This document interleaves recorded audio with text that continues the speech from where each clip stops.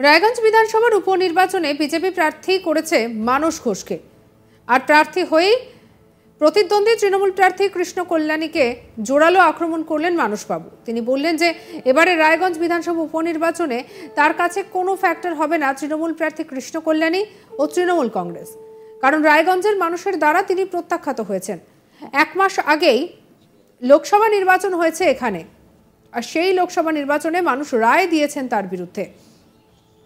তৃণমূল কংগ্রেস আবার তাকেই প্রার্থী করেছে। এই প্রার্থী পদ প্রমাণ করে যে তৃণমূল কংগ্রেস দলটা টাকার কাছে বিক্রি হয়। তৃণমূলে কি আর কোনো যোগ্য লোক ছিল না, আর কোনো নেতৃত্ব ছিল না যাকে দল প্রার্থী করতে পারত? কিন্তু করেনি। অপরদিকে কংগ্রেস প্রার্থী মোহিত সেনগুপ্ত সম্পর্কে মন্তব্য করতে গিয়ে তিনি বলেন যে একটা সময় আমি কংগ্রেস করতাম, যুব কংগ্রেস, আমি সেখানকার জেলা সভাপতি ছিলাম। উনি জেলা সভাপতি ছিলেন কংগ্রেসের, উনি নিশ্চয়ই গুরুজন, প্রণম্য ব্যক্তি। ওনার প্রতি আমার ব্যক্তিগত জীবনে শ্রদ্ধা ছিল, আছে এবং থাকবে, কিন্তু রাজনৈতিক লড়াই রাজনীতির ময়দানে যেভাবে হয় সেইভাবেই হবে। তিনি বলেন যে তিনি যদি জয়লাভ করেন তাহলে রায়গঞ্জের উন্নয়নের স্বার্থে তিনি কাজ করে যাবেন। কৃষ্ণ কল্যাণীর প্রধান বিরোধী মুখ হিসেবে রায়গঞ্জের সকলেই তাকে চেনেন। এই জন্যই কি আপনাকে প্রার্থী করলো দল? এই প্রশ্নের উত্তরে তিনি বলেন, এটা দলের ঊর্ধ্বতন নেতৃত্ব বলতে পারবেন তারা কি কারণে আমাকে বেছে নিয়েছেন। কৃষ্ণ কল্যাণী বলেছেন যে 80% কাজ তিনি যখন বিধায়ক ছিলেন তখন সম্পূর্ণ হয়ে গিয়েছে, আর 20% কাজ বাকি রয়েছে। এই প্রশ্নের উত্তরে মানসবাবু বলেন, কোনো উন্মাদ ছাড়া কেউ বলবে না যে 80% কাজ হয়ে গিয়েছে।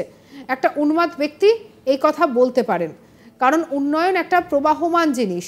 উন্নয়ন কখনো থেমে থাকে না, উন্নয়ন শেষ হয় না। যুগ এবং সময়ের পরিপ্রেক্ষিতে অনেক নতুন নতুন কাজ আসে এবং সেই কাজগুলো আমাদের করে যেতে হয়। স্বাভাবিকভাবেই উন্নয়ন চলবে, এটা ঠিক। যিনি জিতুক উনি তার নিজের মতো করে কাজ করবেন। আর রায়গঞ্জের বুকে ব্যর্থ বিধায়ক হিসেবে রায়গঞ্জবাসী এই লোকসভা ভোটে 46,000 ভোটে রায়গঞ্জ বিধানসভা আসন থেকে তাকে পরাজিত করেছে।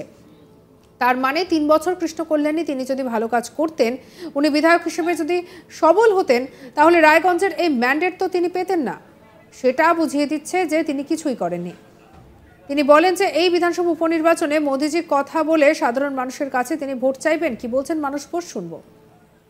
প্রথমেই আমি সর্বভারতীয় বিজেপির নেতৃত্বকে ধন্যবাদ জানাবো, রাজ্য নেতৃত্বকে ধন্যবাদ জানাবো এবং জেলার আমার যারা সহযোদ্ধা সবাইকে আমি অসংখ্য ধন্যবাদ জানাবো যে দল আমার উপরে এই আস্থা রেখেছে যখন, তখন নিশ্চয়ই লড়াই হবে।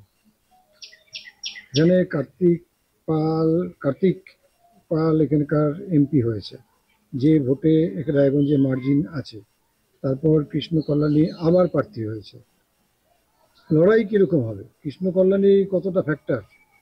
এখানে কৃষ্ণ কল্যাণী কোনো ফ্যাক্টর হবে না, তৃণমূল কংগ্রেসও ফ্যাক্টর হবে না, কারণ রায়গঞ্জের মানুষের দ্বারা তিনি প্রত্যাখ্যাত হয়েছেন। 1 মাস আগেই লোকসভা নির্বাচন হয়েছে, সেই লোকসভা নির্বাচনে মানুষ রায় দিয়েছেন তার বিরুদ্ধে। দল তৃণমূল কংগ্রেস আবার তাকে প্রার্থী করেছে। তো এই প্রার্থী পদ মানে প্রমাণ করে যে তৃণমূল কংগ্রেস দলটা টাকার কাছে বিক্রি হয়। তৃণমূলে কি আর কোনো যোগ্য নেতা ছিল না, আর কোনো নেতৃত্ব ছিলেন না যাকে দল প্রার্থী করতে পারতো, কিন্তু করেনি। কংগ্রেসে আপনার গুরু প্রার্থী হচ্ছে মহিত সেনগুপ্ত, কেমন করে লড়বেন? দেখুন, মহিত সেনগুপ্ত, আমি কংগ্রেস করতাম, যুব কংগ্রেসের আমি জেলা সভাপতি ছিলাম, উনি জেলা সভাপতি ছিলেন কংগ্রেসের। উনি নিশ্চয়ই গুরুজন, প্রণম্য ব্যক্তি, ওনার প্রতি আমার ব্যক্তিগত জীবনে শ্রদ্ধা ছিল, আছে, থাকবে। কিন্তু রাজনৈতিক লড়াই রাজনৈতিক ময়দানে যেভাবে হয় ঠিক সেভাবেই হবে। আমার প্রচার এখনো শুরু হয়েছে এটা বলা যাবে না, কারণ প্রার্থীপদ ঘোষণা হওয়ার পর আমার এটা নিজের বাড়ি, গ্রামের বাড়ি। এই বাড়িতে মাতৃমন্দির আছে, মাতৃমন্দিরে এসে মায়ের আশীর্বাদ নিয়ে আমি আমার কাজে নামবো আজকে থেকে। জিতলে কিভাবে লড়াই করবেন, যেহেতু সরকার তৃণমূলের হতেই পারে, কিন্তু এই লোকসভা নির্বাচনে পশ্চিমবঙ্গের মানুষ একটা ম্যান্ডেট দিয়েছে।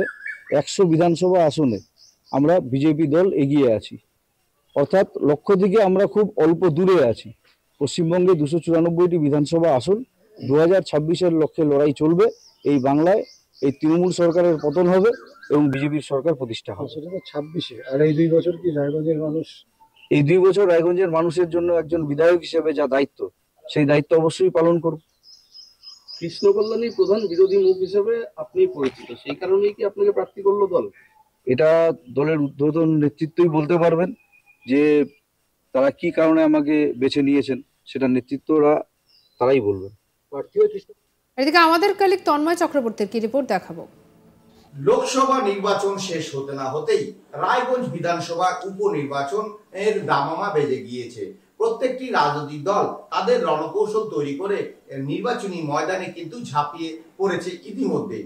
এরই মাঝে আমরা দেখলাম যে দুদিন আগেই যে রায়গঞ্জ লোকসভা কেন্দ্রে তৃণমূল কংগ্রেসের প্রার্থী কৃষ্ণ কল্যাণী নাম ঘোষণা হওয়ার পর তারপরে কিন্তু দুদিন কেটে যায়, কিন্তু তারপরেও কিন্তু বিজেপির যে নাম ঘোষণা হয়নি। কিন্তু গতকাল বিজেপির পক্ষ থেকে ঘোষণা করা হয় রায়গঞ্জ বিধানসভা উপনির্বাচনে প্রার্থী হচ্ছেন মানস ঘোষ। অর্থাৎ তিনি একটা সময় রায়গঞ্জ পঞ্চায়েত সমিতির সহ সভাপতি ছিলেন তৃণমূল কংগ্রেসের। তো এখন প্রশ্ন একটাই, এবং শুধু তাই নয়, এই যে প্রার্থী ঘোষণা হওয়ার পর তিনি সংবাদ মাধ্যমের মুখোমুখি হয়ে চাঁচাছোলা ভাষায় কিন্তু রায়গঞ্জের যে তৃণমূল কংগ্রেসের প্রার্থী কৃষ্ণ কল্যাণীকে কিন্তু চাঁচাছোলা ভাষায় কিন্তু আক্রমণ করেন। তিনি পরিষ্কার ভাষায় বলেন, রায়গঞ্জে কি তৃণমূল কংগ্রেসের ভালো কোনো ক্যান্ডিডেট ছিল না, নাকি টাকার কাছে তৃণমূল কংগ্রেস বিক্রি হয়ে যায়, এবং যার ফলশ্রুতি কিন্তু আমরা দেখতে পাচ্ছি যে রায়গঞ্জে কৃষ্ণ কল্যাণীকে প্রার্থী করেছে দল। প্রশ্ন একটা, বহুদিন ধরে এখানে তৃণমূল কংগ্রেসের নেতারা তারা রাজনীতি করে আসছে, অথচ তারা টিকিট পেল না, অথচ তৃণমূল কংগ্রেস টাকার কাছে বিক্রি হয়ে গিয়ে এখানে সেই কৃষ্ণ কল্যাণীকেই কিন্তু প্রার্থী করেছে। তিনি পরিষ্কার ভাষায় বলেন যে লোকসভা নির্বাচন, অন্তত এক মাস আগে যে লোকসভা নির্বাচন হয়েছে সেখানে রায়গঞ্জবাসী কিন্তু একটা ম্যান্ডেট দিয়েছে যে কৃষ্ণ কল্যাণীকে প্রত্যাখ্যান করেছে। আর এর থেকেই কিন্তু পরিষ্কার বোঝা যায় যে রায়গঞ্জবাসী কিন্তু যে প্রাক্তন যে বিধায়ক রায়গঞ্জের কৃষ্ণ কল্যাণীকে পছন্দ করছেন না এবং তাকে প্রত্যাখ্যান করেছেন লোকসভা নির্বাচনে।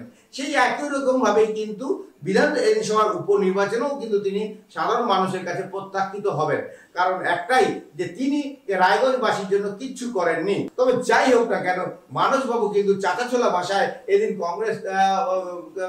কংগ্রেস প্রার্থীকে না বিধলেও তৃণমূল কংগ্রেস প্রার্থী কৃষ্ণ কল্যাণীকে কিন্তু তীর্যক ভাষায় আক্রমণ করে বুঝিয়ে দিয়েছেন যে রায়গঞ্জবাসী কিন্তু আপনাকে প্রত্যাখ্যান করেছে।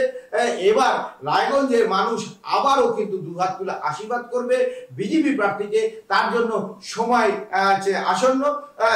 এখন দেখার বিষয় যে আগামী দিনে কি হয়। সঙ্গে রাখুন আজ তাক বাংলাকে সাবস্ক্রাইব করতে ভুলবেন না।